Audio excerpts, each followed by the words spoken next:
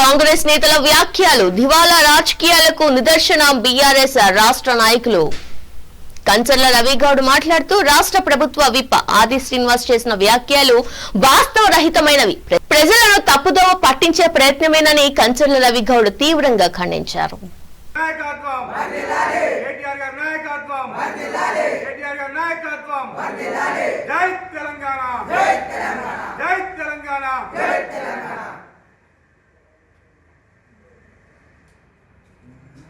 నిన్నటి రోజున కాంగ్రెస్ వెమ్లవాడ ఎమ్మెల్యే గారు అలాగే విప్ అయిన ఆది సీనన్న గారు కేటీఆర్ గారి పైన అలాగే బీఆర్ఎస్ పార్టీ స్థానిక ఎలక్షన్లో గ్రామ పంచాయతీ ఎలక్షన్లో మన బీఆర్ఎస్ పార్టీ పూర్తిగా ఖతమైంది అనడం చాలా దురదృష్టం, సిగ్గు చేయడానికి సందర్భంగా తినడం జరుగుతుంది.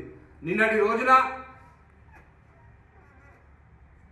సిరిసిల్ల తంగలపల్లి మండలంలో కావచ్చు, సిరిసిల్ల జిల్లాలో మొదటి విడత రెండో విడత అయిన ఎలక్షన్లో ఎన్ని సీట్లు బీఆర్ఎస్ పార్టీ గెలుచుకున్నదో, బీఆర్ఎస్ పార్టీ బలపరిచిన అభ్యర్థులు ఎంతమంది గెలిచినరో ఈ కాంగ్రెస్ నాయకులకు కనబడతలేదని ఈ సందర్భంగా అడగడం జరుగుతుంది. నిజంగా కాంగ్రెస్ పార్టీ వ్యతిరేకం మీద ప్రజలు బీఆర్ఎస్ పార్టీకి బ్రహ్మరథం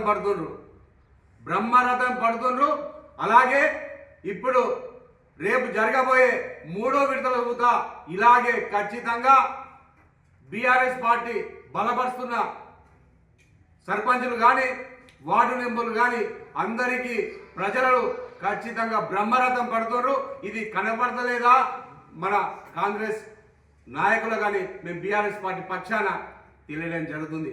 నిజంగా మీరు ప్రభుత్వం మీ మీద వ్యతిరేకతో ఎంతో మంది మన కాన్స్టిట్యున్సీలో నిన్న మా కేటీఆర్ గారు వచ్చి నూతనంగా ఎన్నికైన సర్పంచులకు సన్మానం చేసి అభినందనలు తెలపడం జరిగింది.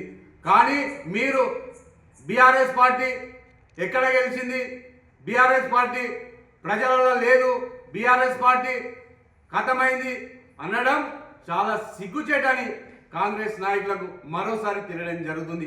మీకు ఇవి కనబడతలేవా? బీఆర్ఎస్ పార్టీ ప్రజలు బ్రహ్మరథం పడుతున్నారు. బీఆర్ఎస్ పార్టీకి బలపరిచిన అభ్యర్థులందరూ భారీ మెజార్టీతో ప్రజలు ఆశీర్వాదంతో గెలవడం జరుగుతుంది.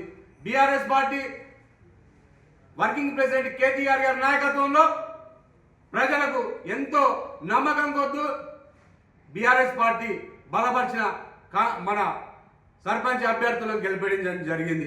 మీరు అధికారం నుండి ఏమి అమలు చేసిండ్రని మేము అడగడం జరుగుతుంది.